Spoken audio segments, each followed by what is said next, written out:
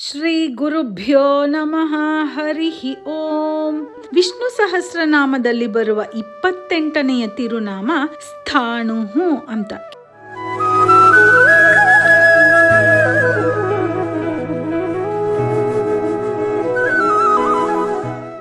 ಕೆರೆಯನ್ನು ಕಾಯ್ದ ರಾಮನ ಬಗ್ಗೆ ಎಲ್ಲರೂ ಕೇಳಿರಬಹುದು. ಅಲ್ಲಿ ಒಬ್ಬ ಬಿಳಿಯ ಕಲೆಕ್ಟರ್ ಆಗಿದ್ದ ಕಾಲದಲ್ಲಿ ರಾಮ ಲಕ್ಷ್ಮಣರೇ ಬಂದು ಕೆರೆಯನ್ನು ಕಾಪಾಡಿದ್ದಾರೆ. ಆ ಕೆರೆ ಒಡೆದು ಹೋಗಿ ನೀರೆಲ್ಲ ಹರಿದು ಹೋಗುತ್ತಿದ್ದಾಗ ಆ ಭಗವಂತನೇ ಬಂದು ಆ ಕೆರೆ ಒಡೆದು ಹೋಗದ ಹಾಗೆ ಕಾಪಾಡಿದ್ದರಿಂದ ತಟಾಕ ಪಾಲನ್ ಅಂದ್ರೆ ಕೆರೆಯನ್ನು ಕಾಯ್ದ ರಾಮ ಅಂತ ಅವನಿಗೆ ಹೆಸರು. ಒಂದು ಸಲ ತುಂಬಾ ಜನ ಗುಂಪು ಗುಂಪಾಗಿ ತಿರುನಲ್ವೇಲಿಯಿಂದ ಈ ಕೆರೆ ಕಾಯ್ದ ರಾಮನ ಸನ್ನಿಧಿಗೆ ಬಂದಿರುತ್ತಾರೆ. ಅವರೆಲ್ಲ ಪಾಪ ಆ ಕೆರೆಯ ಹತ್ತಿರವೇ ಅಡಿಗೆ ಮಾಡಿ ತಿನ್ನುತ್ತಾರೆ. ತುಂಬಾ ಮಡಿವಂತರು, ಹೊರಗೆ ಹೋಟೆಲ್ನಲ್ಲೆಲ್ಲ ತಿನ್ನೋದಿಲ್ಲ. ಆದ್ದರಿಂದ ಆ ಕೆರೆಯ ಪಕ್ಕದಲ್ಲೇ ಅಡಿಗೆ ಮಾಡಿಕೊಂಡು ತಿನ್ನುತ್ತಾರೆ. ಆ ಗುಂಪಿನಲ್ಲಿ ಒಬ್ಬ ಪುಟ್ಟ ಬಾಲಕ ಇರ್ತಾನೆ, ತುಂಬಾ ದೈವ ಭಕ್ತ.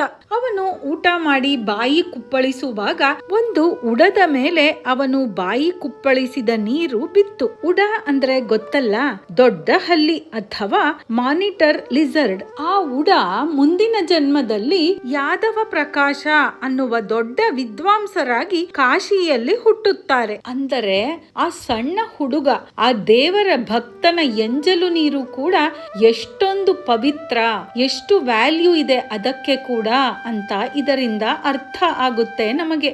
ರಾಮಾನುಜಾಚಾರ್ಯರಿಗೆ ಕಾಂಚೀಪುರದಲ್ಲಿ ಈ ಯಾದವ ಪ್ರಕಾಶರೇ ಮೊದಲು ಗುರುಗಳಾಗಿದ್ದವರು. ಯಾವುದೋ ವಿಷಯಕ್ಕೆ ಒಬ್ಬರಿಗೊಬ್ಬರು ಹೊಂದಿಕೊಳ್ಳಲು ಆಗದೆ ಹೋಗಿದ್ದರಿಂದ ರಾಮಾನುಜಾಚಾರ್ಯರು ತಿರುವರಂಗಕ್ಕೆ ಬಂದು ಬಿಡ್ತಾರೆ. ಗುರುಗಳಾದ ಯಾದವ ಪ್ರಕಾಶರು ಮೊದಲು ರಾಮಾನುಜಾಚಾರ್ಯರಿಗೆ ತುಂಬಾ ಕೆಟ್ಟದ್ದನ್ನೇ ಮಾಡಿರುತ್ತಾರೆ. ಯಾಕೆ ಅಂದ್ರೆ ತನಗಿಂತ ತನ್ನ ಶಿಷ್ಯ ತುಂಬಾ ಬುದ್ಧಿವಂತ ಅಂತ ಒಪ್ಪಿಕೊಳ್ಳೋದಕ್ಕೆ ಅವರಿಗೆ ಆಗೋದೇ ಇಲ್ಲ. ಅದಕ್ಕೆ ತನ್ನ ಶಿಷ್ಯನಾದ ರಾಮಾನುಜಾಚಾರ್ಯನನ್ನು ಮುಗಿಸಿಯೇ ಬಿಡೋಣ, ಕೊಂದೇ ಬಿಡೋಣ ಅಂತ ಕೂಡ ಉಪಾಯ ಮಾಡಿರುತ್ತಾರೆ. ಶಿಷ್ಯ ರಾಮಾನುಜರ ಮೇಲಿನ ಹೊಟ್ಟೆ ಕಿಚ್ಚಿನಿಂದ ಗಂಗಾ ಯಾತ್ರೆಗೆ ಅಂತ ರಾಮಾನುಜರನ್ನು ಕರೆದುಕೊಂಡು ಹೋಗಿ ಅಲ್ಲಿ ಅವರನ್ನು ಕೊಂದು ಹಾಕುವ ಯೋಜನೆ ಕೂಡ ಮಾಡಿರ್ತಾರೆ. ರಾಮಾನುಜರ ಸಹೋದರ ಗೋವಿಂದ ಇದನ್ನೆಲ್ಲ ತಿಳಿದುಕೊಂಡು ಬಂದು ರಾಮಾನುಜರ ಹತ್ತಿರ ಹೇಳಿದಾಗ ರಾಮಾನುಜಾಚಾರ್ಯರು ಅವರುಗಳಿಂದ ತಪ್ಪಿಸಿಕೊಂಡು ಬಂದ್ಬಿಡ್ತಾರೆ. ಆದರೆ ಆಮೇಲೆ ಕೆಲ ದಿವಸಗಳ ನಂತರ ತಮ್ಮ ತಪ್ಪನ್ನ ಅರ್ಥ ಮಾಡಿಕೊಂಡು ಯಾದವ ಪ್ರಕಾಶರು, ನಾನು ರಾಮಾನುಜಾಚಾರ್ಯರ ಹತ್ತಿರ ತುಂಬಾ ಕೆಟ್ಟದಾಗಿ ನಡೆದುಕೊಂಡೆ, ಎಷ್ಟೊಂದು ಅಪಚಾರ ಮಾಡಿಬಿಟ್ಟೆ, ಇದಕ್ಕೆಲ್ಲ ಏನು ಪ್ರಾಯಶ್ಚಿತ್ತ ಅಂತ ತಮ್ಮ ಅಣ್ಣನವರ ಹತ್ತಿರ ಕೇಳ್ತಾರೆ. ಆಗ ಅವರ ಅಣ್ಣ ಹೇಳ್ತಾರೆ, ಭೂಮಿಯನ್ನು 3 ಸಲ ಪ್ರದಕ್ಷಿಣೆ ಮಾಡು, ಹಾಗೆ ಈ ಭೂಮಿಯನ್ನು 3 ಸಲ ಪ್ರದಕ್ಷಿಣೆ ಮಾಡಿದರೆ ನಿನ್ನ ತಪ್ಪಿಗೆ ತಕ್ಕ ಪ್ರಾಯಶ್ಚಿತ್ತ ಆಗುತ್ತದೆ ಅಂತಾರೆ. ಯಾದವ ಪ್ರಕಾಶರು ಈಗ ಯೋಚನೆ ಮಾಡ್ತಾರೆ, ಈ ಭೂಮಿಯನ್ನ 1 ಸಲ ಸುತ್ತೋದೆ ಕಷ್ಟ, ಯೋಚಿಸಲು ಸಾಧ್ಯವಿಲ್ಲ. ಇನ್ನು 3 ಸಾರಿ ಆಗೋದೇ ಇಲ್ಲ. ಒಂದು ಜಿಲ್ಲೆಯನ್ನ ಅಂದ್ರೆ ಡಿಸ್ಟ್ರಿಕ್ಟ್ ಅನ್ನ ಸುತ್ತೋದೆ ಕಷ್ಟ, ಇನ್ನು ಭೂಮಿಯನ್ನು ಸುತ್ತುವುದೇ ಇದಂತೂ ಸಾಧ್ಯವೇ ಇಲ್ಲ, ಕನಸಿನ ಮಾತು ಅಂತ ಅಂದುಕೊಳ್ತಾರೆ. ಆದರೆ ಆ ದಿನ ರಾತ್ರಿ ಏನಾಗತ್ತೆ ಅಂದ್ರೆ, ಈ ಯಾದವ ಪ್ರಕಾಶರ ಕನಸಿನಲ್ಲಿ ವರದರಾಜ ಸ್ವಾಮಿ ಕಾಣಿಸಿಕೊಂಡು ಹೇಳ್ತಾನೆ, ನಾನು ರಾಮಾನುಜರನ್ನೇ ಇಡೀ ಪ್ರಪಂಚ ಅಂತ ತಿಳಿದುಕೊಂಡಿದ್ದೇನೆ, ಅಂತಹ ಜ್ಞಾನಿ ಅವರು. ಆದ್ದರಿಂದ ನೀನು ರಾಮಾನುಜರನ್ನೇ 3 ಪ್ರದಕ್ಷಿಣೆ ಮಾಡಿದರೆ ಈ ಇಡೀ ಪ್ರಪಂಚವನ್ನೇ 3 ಸಲ ಸುತ್ತಿದ ಹಾಗೆ ಆಗತ್ತೆ ಅಂತ ವರದರಾಜ ಸ್ವಾಮಿ, ಇಡೀ ಪ್ರಪಂಚವನ್ನು ಸುತ್ತುವ ಕಷ್ಟದ ಕೆಲಸ ಬೇಡ, ಈ ರಾಮಾನುಜರನ್ನೇ ಸುತ್ತಿ ಬಿಡು ಅಂತ ಅವರ ಸಮಸ್ಯೆಗೆ ಒಂದು ಸುಲಭವಾದ ಪರಿಹಾರ ಕೊಡ್ತಾನೆ ಭಗವಂತ. ಈಗ ಯಾದವ ಪ್ರಕಾಶರು ರಾಮಾನುಜಾಚಾರ್ಯರನ್ನೇ ಭೇಟಿ ಮಾಡಿ ಅವರನ್ನೇ 3 ಸುತ್ತು ಪ್ರದಕ್ಷಿಣೆ ಮಾಡ್ತಾರೆ. ಅದಾದ ಮೇಲೆ ರಾಮಾನುಜಾಚಾರ್ಯರಿಗೆ ಶಿಷ್ಯರಾಗಿ ರಾಮಾನುಜರ ಆಶೀರ್ವಾದದಿಂದ ಮೋಕ್ಷವನ್ನೇ ಪಡೆದುಕೊಳ್ಳುತ್ತಾರೆ ಅನ್ನುವುದು ಚರಿತ್ರೆ. ಹೀಗೆ ರಾಮಾನುಜಾಚಾರ್ಯರಿಗೆ ಗುರುಗಳಾಗಿದ್ದ ಯಾದವ ಪ್ರಕಾಶರೇ ರಾಮಾನುಜಾಚಾರ್ಯರಿಗೆ ಶಿಷ್ಯರಾದರು. ಈ ಯಾದವ ಪ್ರಕಾಶರು ಮಧುರಾಂತಕ ಎನ್ನುವ ಸ್ಥಳದಲ್ಲಿ ಉಡವಾಗಿ ಜನಿಸಿದ್ದರು. ಈ ಯಾದವ ಪ್ರಕಾಶರು ದೇವರನ್ನ ಪಡೆಯುವುದಕ್ಕೆ ಯಾವುದೇ ಪ್ರಯತ್ನವನ್ನೇ ಮಾಡಿರಲಿಲ್ಲ. ಒಬ್ಬ ಚಿಕ್ಕ ಹುಡುಗ ದೇವರ ಪರಮ ಭಕ್ತ.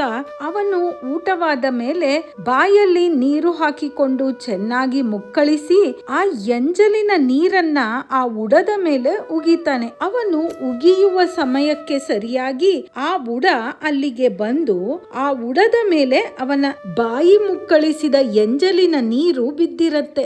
ಈ ಕಾರಣದಿಂದಲೇ ಆ ಉಡಕ್ಕೆ ಮನುಷ್ಯ ಜನ್ಮ ಸಿಕ್ಕಿತು. ಮೋಕ್ಷ ಬೇಕು ಅಂತ ಅವರೇನು ಪ್ರಯತ್ನ ಪಡಲೇ ಇಲ್ಲ. ಮನುಷ್ಯ ಜನ್ಮ ಪಡೆದು ಯಾದವ ಪ್ರಕಾಶರಾಗಿ ರಾಮಾನುಜಾಚಾರ್ಯರ ಗುರುಗಳಾಗಿ ರಾಮಾನುಜರಿಗೆ ತುಂಬಾ ಕೆಡುಕನ್ನೇ ಉಂಟು ಮಾಡಿದ್ರು. ಆದರೆ ಆಮೇಲೆ ತಮ್ಮ ತಪ್ಪನ್ನ ತಿದ್ದಿಕೊಂಡು ರಾಮಾನುಜರ ಶಿಷ್ಯರಾಗಿ ಮೋಕ್ಷವನ್ನೇ ಪಡೆದುಕೊಂಡ್ರು. ಇದರಲ್ಲಿ ಯಾದವ ಪ್ರಕಾಶರ ಪ್ರಯತ್ನ ಇಲ್ಲವೇ ಇಲ್ಲ. ಆ ಭಗವಂತನ ಆಶೀರ್ವಾದ, ಕೃಪೆ ಮತ್ತು ಕಟಾಕ್ಷವೇ ಇದಕ್ಕೆ ಕಾರಣ. ಒಂದು ಉಡ ಮುಕ್ತಿ ಪಡೆಯಬೇಕು ಎನ್ನುವುದಕ್ಕಾಗಿ ಮೋಕ್ಷಕ್ಕೆ ಬೇಕಾದ ಮೆಟ್ಟಿಲುಗಳನ್ನು ಅವನೇ ತೋರಿಸಿದ್ದಾನೆ.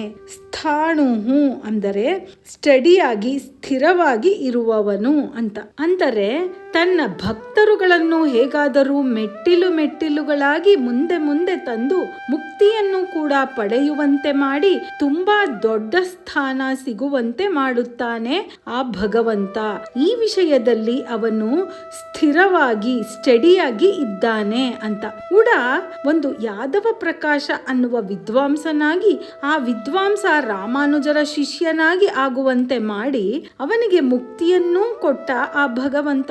ಸ್ಥಾಣುಹು ಅಂದ್ರೆ ಒಳ್ಳೆಯ ಬಲಶಾಲಿಯಾದ ಕಂಬದ ಹಾಗೆ, ಸ್ಟ್ರಾಂಗ್ ಪಿಲ್ಲರ್ ಅಂತ. ಭಕ್ತರಿಗೆ ಮೋಕ್ಷ ಕೊಡಿಸಲೇಬೇಕು ಎನ್ನುವುದರಲ್ಲಿ ತುಂಬಾ ಸ್ಟ್ರಾಂಗ್ ಆಗಿ ಇರುವುದು ಅಂತ.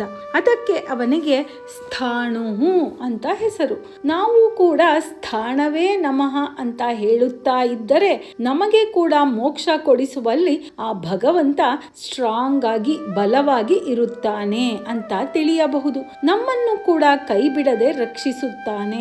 ನಮ್ಮ ಮನಸ್ಸನ್ನು ಕೂಡ ಸ್ಟ್ರಾಂಗ್ ಆಗಿ ಇಡುತ್ತಾನೆ. ಮನಸ್ಸನ್ನು ಸ್ಟ್ರಾಂಗ್ ಆಗಿ ಗಟ್ಟಿಯಾಗಿ ಇಟ್ಟುಕೊಳ್ಳುವುದೇ ನಮಗೆ ತುಂಬಾ ಮುಖ್ಯ. ಅದನ್ನು ಕೂಡ ಆ ಭಗವಂತನೇ ಅನುಗ್ರಹ ಮಾಡುತ್ತಾನೆ.